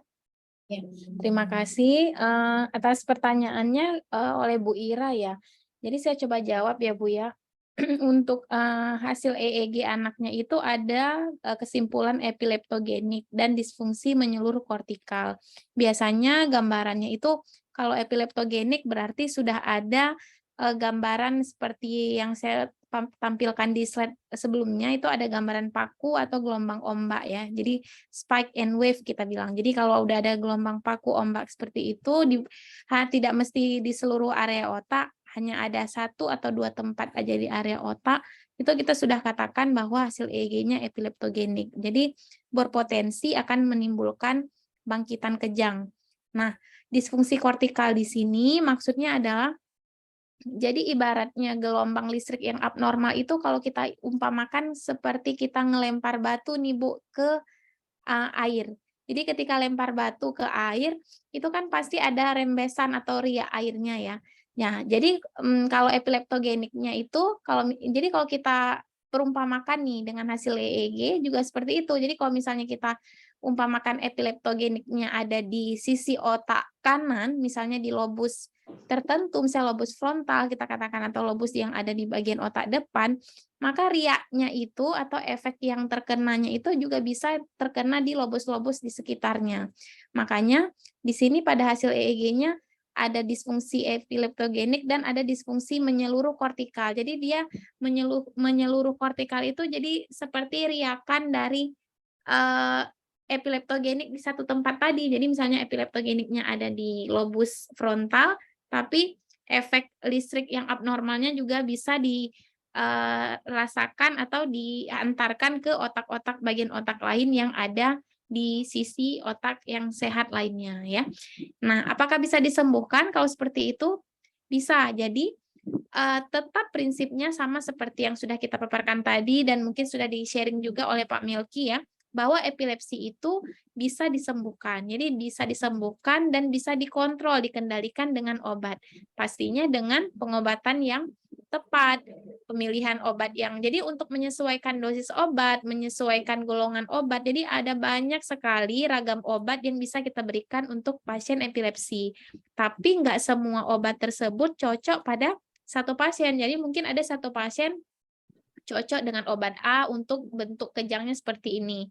Tapi ketika kita coba berikan ke pasien yang lain, mungkin pasiennya memiliki efek samping terhadap obat A itu. Jadi walaupun mungkin gejalanya mirip, tapi dia punya reaksi alergi atau ketidakcocokan ya. Jadi kita switch dengan obat golongan lain. Jadi makanya penting sekali pada penanganan pasien-pasien dengan epilepsi ini adalah dengan mengontrol ke dokter secara rutin. Jadi di situ nanti kita akan evaluasi frekuensi kejangnya berkurang atau tidak, efek samping obat yang sudah diberikan ada atau tidak ya. Jadi di situ pengontrolan dosis dan penggantian terapi. Jadi nanti kita dokter yang akan menentukan, wah ini belum terkontrol nih, berarti nggak cukup dengan satu golongan obat, berarti kita harus combine dengan 2 atau 3 obat yang lain. Nah, jadi intinya epilepsi itu bisa kita sembuhkan dengan kontrol yang baik dan penyesuaian dosis obat yang tepat pula. Seperti itu ya Bu ya. Baik. Mudah-mudahan terjawab ya Ibu Ira pemaparan dari Dr. Nona tadi. Berikutnya kita akan bacakan pertanyaan. Izin Bu Jatu, mohon maaf, boleh Oke, saya tanya secara online? Ya. Iya, selamat siang dok. Saya dengan Bunda Aira. Saya mau tanya, boleh saya screenshot sebentar? Boleh saya share? Ini kan hasil MRI anak saya. Halo dok. Ya. Ya, mohon maaf sebelumnya. Anak saya sudah saya sudah ke dokter, sudah melakukan EEG dan MRI. Ini hasil MRI-nya dok. Dan pada saat dengan kondisi sekarang itu anak saya dikasih obat Keppra dengan dosis 500 dan 250. Nah, bagaimana dengan kondisi seperti itu? Apakah tadi yang saya sampaikan, apakah akan berdampak terhadap kesehatannya? Gitu. Ini adalah hasil MRI-nya dok. Gitu. Jadi grand mal epilepsi. Bagaimana dengan kondisi seperti ini dok? Terima kasih sebelumnya. Baik. Terima kasih Bu. Mungkin bisa langsung dijawab oleh Dr. Nona. Iya, baik, terima kasih Mbak Jatu. Jujur saya tadi belum bisa lihat hasil MRI-nya ya Bu. Tapi yang saya tangkap dari yang Ibu jelaskan bahwa hasilnya lebih mengarah ke grand mal epilepsi ya. Jadi kalau grand mal epilepsi itu berarti kejang atau epilepsi yang sifatnya memang menyeluruh. Jadi grand mal itu ada serangan kaku dan kelojotannya. Jadi kita bilang dengan grand mal. Jadi biasanya gejala kejangnya itu pertama kaku, kemudian diikuti dengan gejala kelojotan. Itu khas sekali untuk tipe kejang yang grand mal epilepsi.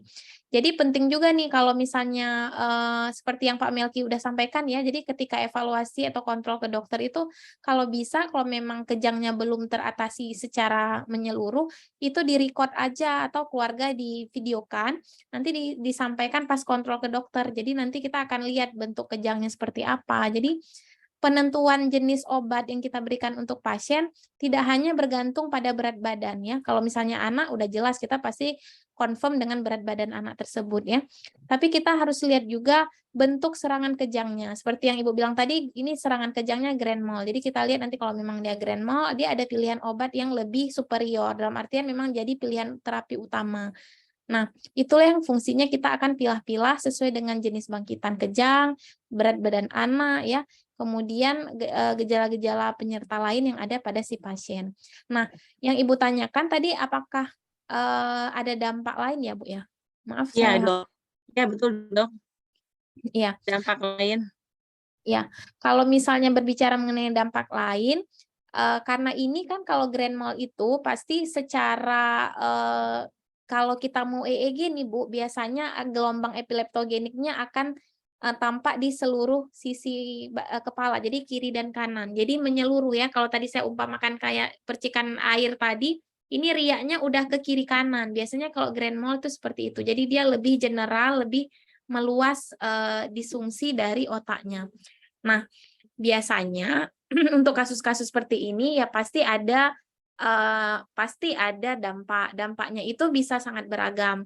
Mulai dari ya kita lihat aja nanti misalnya dari kalau misalnya anak usia sekolah, kita bisa evaluasi dari konsentrasinya saat belajar. Ya, saya udah nih. Ini hasil EEG-nya ya. Iya, Dok. Ya. Bisa kita lihat nanti dari hasil konsentrasinya saat belajar ya, gangguan atensi, gangguan pemusatan perhatiannya ya, ada disfungsi belajar atau tidak. Kemudian dari segi regulasi emosional ya, gitu juga bisa. Jadi memang yang namanya epilepsi ini memang nggak selalu harus pasti ada dampaknya, nggak juga ya. Jadi biasanya kita lihat juga derajat kerusakan dari sel saraf otaknya. Kalau memang sifatnya udah general, ini kan ada nih kiri kanan nih ya gelombangnya ya. Jadi ada yang di kanan dan ada yang di kiri. Jadi dominannya kayaknya kanan ya Bu ya, sering nyeri kepala. Iya, Dok. Jadi kalau misalnya dia udah lebih menyeluruh, biasanya dampaknya itu ya pasti sedikit banyak ada. Tapi apakah bisa disiasati? Bisa. Siasatinya seperti yang saya katakan tadi ya, dengan menjaga atau mengontrol rutin konsumsi obatnya. Jadi dengan kita mengontrol frekuensi kejang atau angka kejangnya, kejadian bangkitannya, itu sebenarnya kita secara langsung juga sudah menyelamatkan dari sel-sel saraf otak itu sendiri. Jadi dengan mendapat terapi yang tepat, mengontrol kejang dengan baik, maka semakin banyak sel-sel saraf yang bisa kita selamatkan akibat epilepsi tadi. Kemudian konsumsi vitamin, stimulasi otak juga tetap perlu ya. Stimulasi misalnya kok anak-anak usia sekolah ya tetap stimulasi ya layaknya stimulasi otak pada umumnya. Misalnya dengan permainan seperti tadi ya, atau ajak bercerita, atau ya stimulasi dalam bentuk apapun lah untuk merangsang fungsi kognitif otak anak itu gitu. Ya, Bu ya. Oke, baik. Terima kasih banyak, Dok. Ya. Terima kasih atas penjelasannya. Iya, baik. Sudah cukup dipahami ya, Ibu Ira.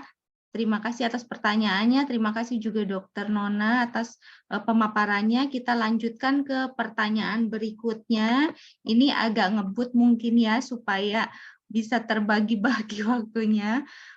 Mohon maaf, saya agak random memilih pertanyaannya. Jika nanti ada yang belum terjawab, alhamdulillah ini dari tim memberikan kesempatan untuk penanya yang belum terjawab di sesi ini bisa lanjut di grup ya, jadi nggak usah khawatir.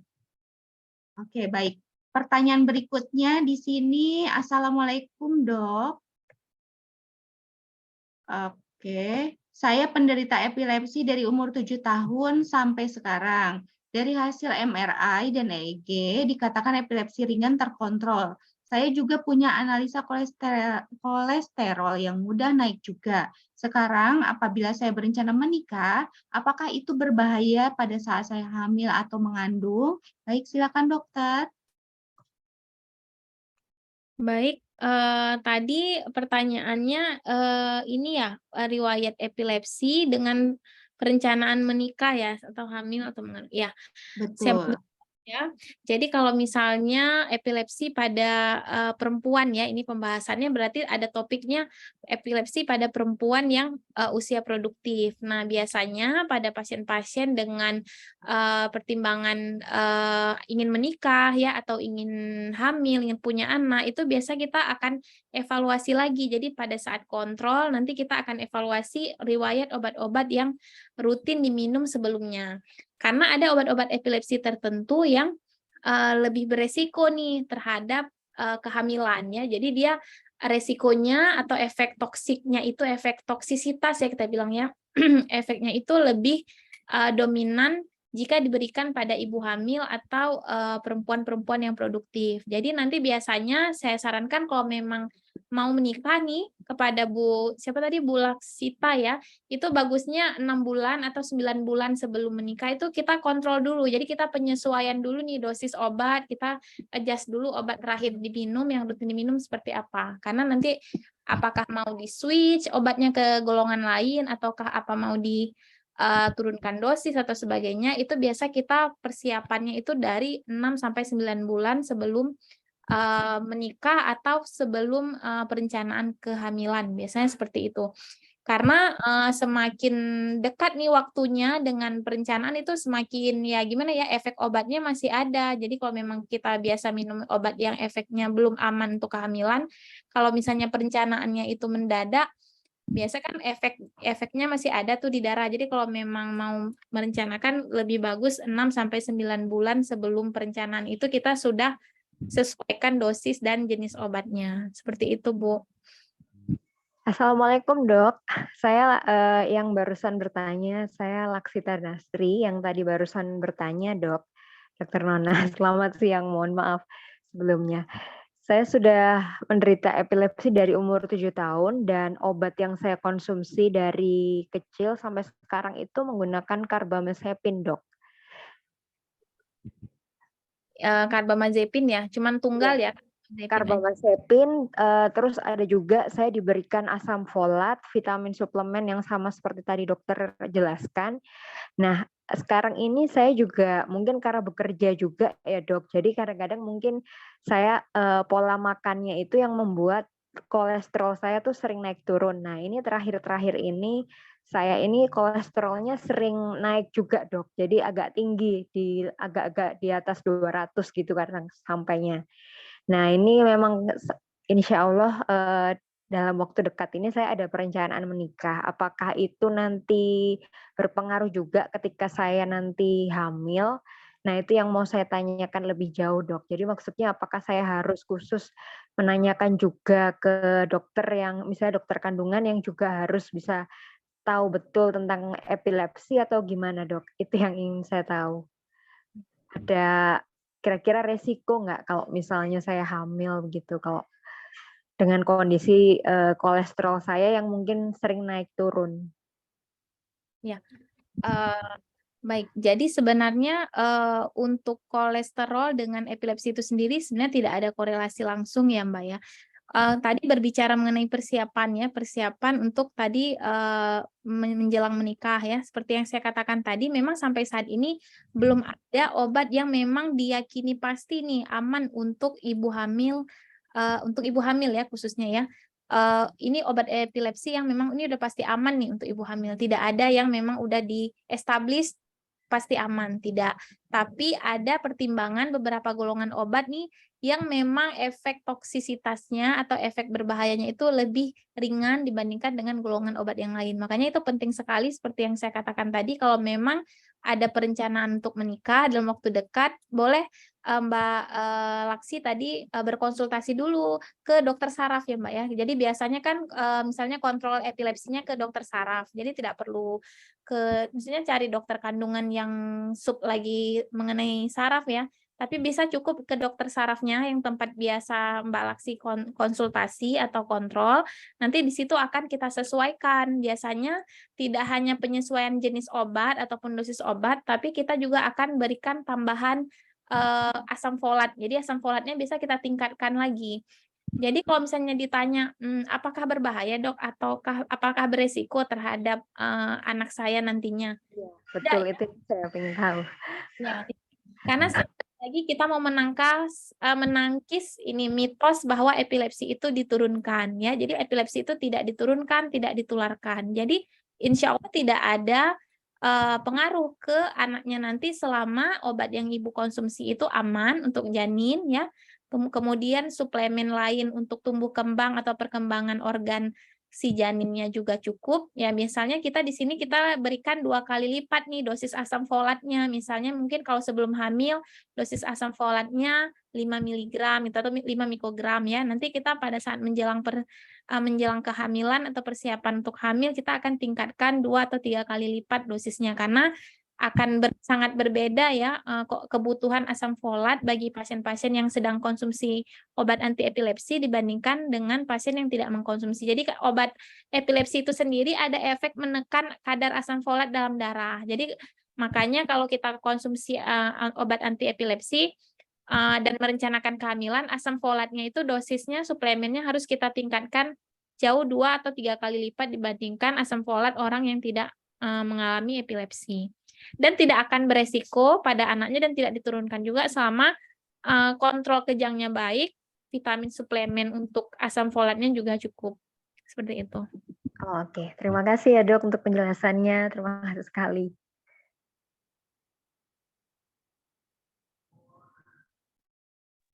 Baik, mudah-mudahan cukup menjawab penjelasan dari Dr. Nona atas pertanyaan dari Ibu Laksita Danastri ya. Kemudian untuk pertanyaan berikutnya saya akan bacakan pertanyaan dari Ibu Fuji Lestari. Assalamualaikum dok, anak saya dinyatakan dokter setelah EEG yaitu epilepsi simptomatik. Sekarang pengobatan sudah jalan 10 bulan. Alhamdulillah tidak pernah kambuh setelah minum obat. Yang saya tanyakan, apakah berpengaruh terhadap kemampuan bicaranya, dok? Soalnya sekarang anak saya umur 2 tahun dan 4 bulan, baru bisa mengucapkan beberapa kata. Apa yang harus saya lakukan, dok? Mohon solusinya. Silakan, Dokter Nona. Ya. Baik, ini berbicara mengenai topik kejang atau epilepsi pada anak ya. Jadi seperti yang tadi sempat saya bahas juga nih Bapak Ibu, kalau untuk epilepsi pada anak ini struggle-nya atau tantangannya itu adalah kita berkejar-kejaran dengan perkembangan atau kematangan dari sel saraf otak itu sendiri. Jadi pada anak itu kan usia tumbuh kembang atau kematangan sel saraf otaknya berlangsung mulai dari 0 ya, dari umur 1000 hari kehidupan itu yang kita tahu ya. 1000 hari pertama kehidupan, mulai dari baru lahir, dalam kandungan, baru lahir, hingga 3 tahun sampai 5 tahun. Jadi optimalnya tumbuh kembang atau kematangan sel saraf otak itu maksimal di usia 5 tahun, yang 90-95% udah mendekati fungsi otak orang dewasa. Nah, bagaimana jika terjadi kejang atau gangguan listrik otak pada usia yang golden period tadi ya, periode emas tadi? Nah, ini sudah jadi alarm nih buat kita para orang tua ya. Pasti sedikit banyak akan mempengaruhi dari tumbuh kembang pada anak kita ini nantinya.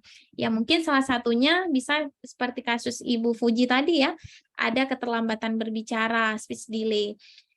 Jadi speech delay ini ada banyak sekali penyebabnya sebenarnya, bukan hanya karena epilepsinya, bukan karena penyakit yang mendasarinya saja, tetapi bisa kita cari tahu faktor pencetus lain nih Bu. Misalnya dari stimulasi. Jadi stimulasi kita sendiri interaktif dengan anaknya itu sendiri bagaimana? Apakah sudah adekuat?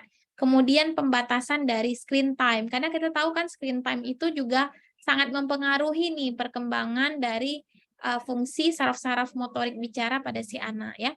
Jadi saran saya untuk kasus Bu Fuji ini, ada keterlambatan bicara nih pada usia anak 2 tahun 4 bulan, sebaiknya kita harus eksplor lagi. Jadi Ibu boleh bawa ke dokter anak atau anak tumbuh kembang, atau boleh ke dokter saraf yang konsultan anak, itu boleh, nanti kita akan eksplor. Jadi masalahnya itu di mana. Selain memang murni karena ada riwayat epilepsinya, terus kita akan cari tahu lagi apakah memang ada stimulasi yang kurang, atau apakah ada hal-hal lain yang mendasari yang bisa juga jadi ikut mencetus terjadinya speech delay pada si adik ya. Jadi bukan tidak bisa diobati, bisa, yang penting kita tahu dulu penyebabnya apa, nanti penanganannya itu dengan stimulasi yang adekuat tadi. Seperti itu, Bu.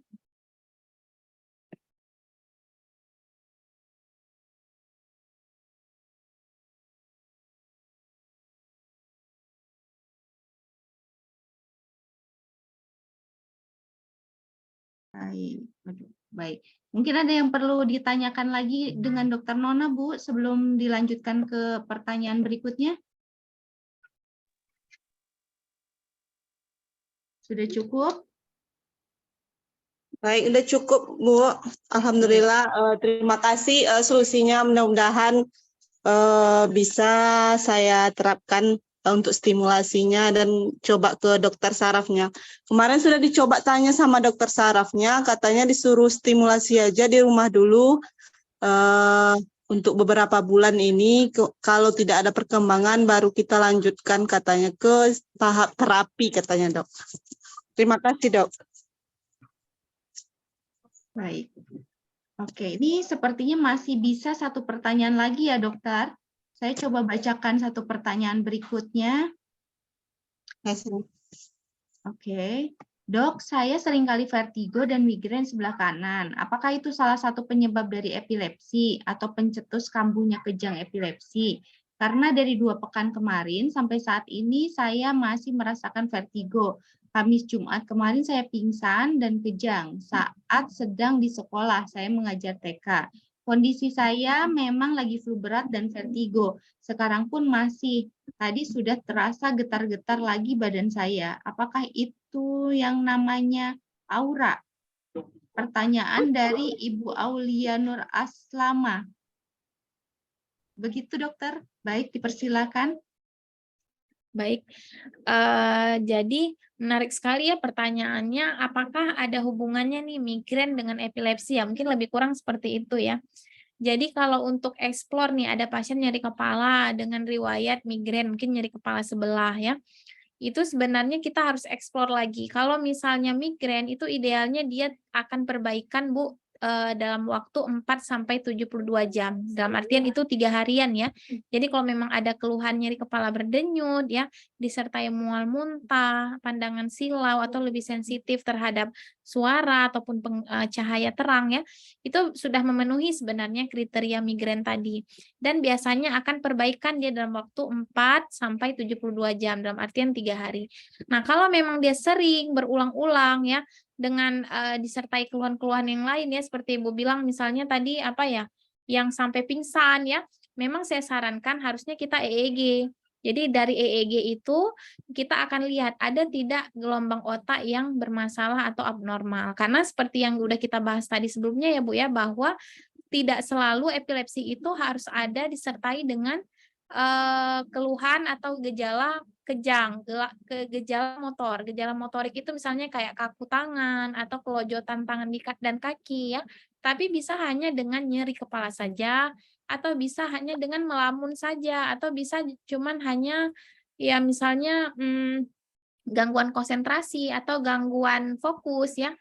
Jadi nanti semuanya itu akan teranalisa atau terlacak itu dengan pemeriksaan gelombang listrik otak. Jadi nanti akan nampak gelombang listrik yang abnormal dari pemeriksaan EEG-nya.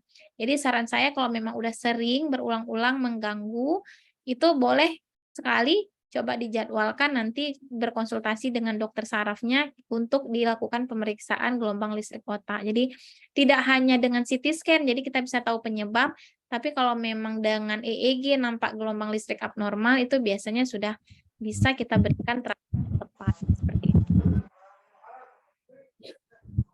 Baik, Apakah sudah terjawab, Bu? Ya, sudah. Terima kasih. Sudah sempat EEG juga 2 kali dan memang ada tajam-tajam yang kayak tadi dokter jelaskan. Cuman yang masih tadi jadi tanda tanya kenapa vertigonya masih kambuh terus sampai menyebabkan saya kejang lagi gitu. Itu harus dievaluasi berarti Mbak. Kita lihat terus seperti yang Pak Melki bilang tadi, pengalaman Pak Melki itu juga menjadi insight buat kita semua ya. Jadi memang perjuangan untuk mencapai dosis yang optimal pada pasien epilepsi itu memang nggak langsung instan. Biasanya kita evaluasi, kita lihat ini obatnya udah tercapai, pola minum obatnya jamnya udah teratur atau belum. Kemudian dosisnya sudah cocok sesuai dengan berat badan atau belum. Terus sudah sesuai belum dengan serangan kejangnya bentuknya seperti apa, atau bentuk gejala epilepsinya itu seperti apa, sudah sesuai atau belum obat yang diberikan oleh dokternya. Jadi selama memang obatnya belum optimal, dalam artian ya belum tepat ya, jadi keluhan itu bisa saja masih sering muncul berulang. Memang saran saya kalau memang ada gelombang epileptogeniknya, coba berkonsultasi kembali untuk penyesuaian dosis dan jenis obatnya ya Bu. Oke, baik Dok, terima kasih. Ya. Baik, terima kasih Bu atas pertanyaannya. Ini mungkin saya ingin menyapa Bapak Melki sebentar mewakili audiens. Di sini banyak sekali audiens yang sepertinya terinspirasi ya dengan ceritanya Pak Melki, sampai ada juga pesan, semangat Pak Melki, semoga sehat selalu, hebat Om, imun booster kita nih para OD, semangat para pejuang, sehat selalu, para pejuang epilepsi, sehat selalu semua ya, karena kunci bahagia adalah sehat. Nah, ini saya ingin mewakili juga partisipan dan mungkin banyak para penderita epilepsi di luar sana. Ini kan Pak Melki juga sebagai Ketua Komunitas Epilepsi Indonesia. Mungkin di luar sana ada yang ingin bergabung dan apa saja manfaat ketika bisa bergabung di KEI ini, Pak? Khususnya untuk para penderita epilepsi. Ya, silakan buat semua orang yang epilepsi atau pendamping boleh ikut ke komunitas epilepsi. Di sana kita bisa sharing, berbagi pengalaman. Kadang-kala kan kita kalau misalnya yang penderita epilepsi, nggak semuanya bisa diceritakan oleh dokter, karena dokter juga kan banyak pasien, waktunya terbatas. Di sana kita bisa ngobrol, kalau seperti ini bagusnya gimana, dan tidak hanya untuk masalah pengobatan. Kalau pengobatan kan semua pasti sama saya dianjurkan untuk ke dokter, dan itu di komunitas epilepsi tidak boleh ada yang memberikan info pengobatan di luar medis ya. Kalau ada yang memberikan pengobatan di luar medis, pasti saya keluarin. Karena kita khusus untuk ke masalah kedokteran. Kalau misalnya nanti ada yang kadang-kala gimana ya obatnya kurang, nah disitulah yayasannya yang hadir gitu. Saya akan menunjukkan siapa itunya, staf-staf dari yayasan kita siapa saja. Nah nanti boleh itu yang boleh inbox ke saya atau inbox ke stafnya, boleh silakan. Nah itu kita hadir untuk saling berbagi. Kalau kadang-kala kan mereka bingung, kok yang seperti yang tadi saya bilang itu, saya merasa dibully, saya merasa sedih, saya merasa terkucilkan, saya merasa tersendiri. Nah, komunitas epilepsi hadir untuk itu. Anda tidak sendirian. Kita semua di situ ada. Jumlah anggotanya sekitar 14.000 ya itu. Hampir 14.000. Dan kalau misalnya nggak mau ke komunitas epilepsi, saya juga ada grup WA juga. Itu anggotanya sekitar 650 orang. Itu boleh gabung yang mana saja. Silakan. Kalau misalnya kan kadang-kala orang epilepsi dia tidak punya teman curhat, kita bisa boleh curhat juga. Saya layani juga seperti itu. Tapi tidak untuk masalah pribadi ya, untuk masalah epilepsi saja. Kalau khusus untuk masalah ya pribadi, epilepsi ya Pak? Ya, masalah pribadi enggak, saya nggak ikutan. Oke. Baik. Pak, mungkin ada sosial media Instagram atau apa yang bisa ada ya Pak ya? Ada. Yang bisa di-share ke partisipan di sini?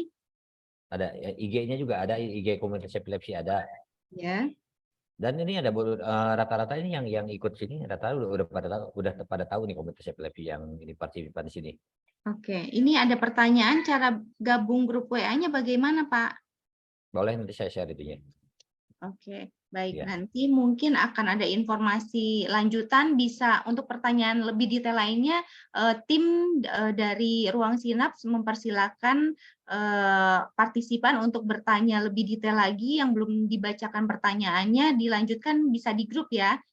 Baik, ini akhirnya kita sudah berada di penghujung acara, waktunya sudah habis. Terima kasih banyak Pak Melki atas pemaparannya, juga kepada Dokter Nona. Terima kasih Dokter, sungguh sangat inspiring, menginspirasi dan memberikan semangat yang luar biasa hari ini, ilmu-ilmu baru juga. Kita sudah berada di penghujung acara.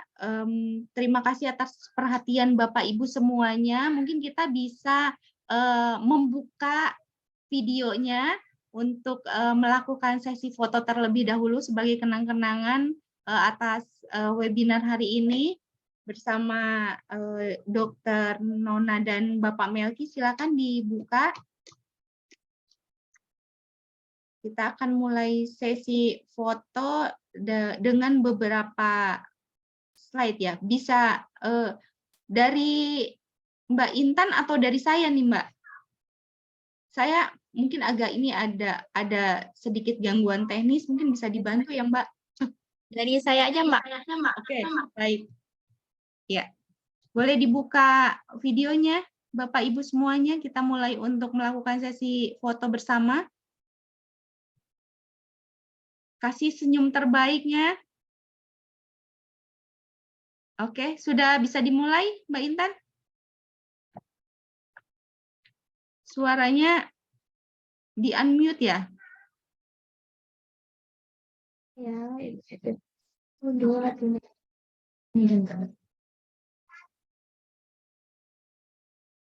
Oke, sudah dihidupkan semua videonya? Baik, kita tunggu. Oke, kita jepret ya sekali ya. 1, 2, 3. Sekali lagi.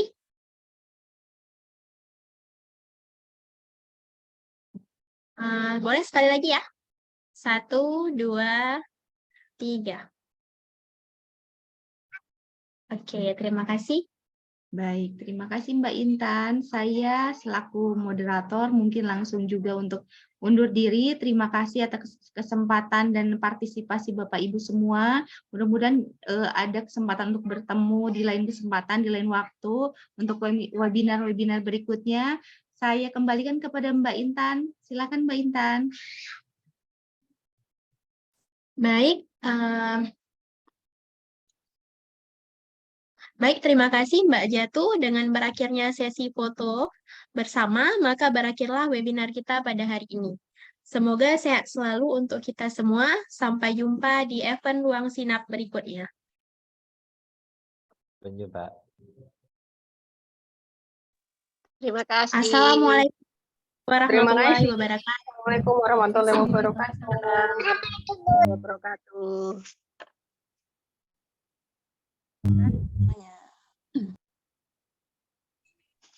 Izin pamit Ibu, terima kasih banyak.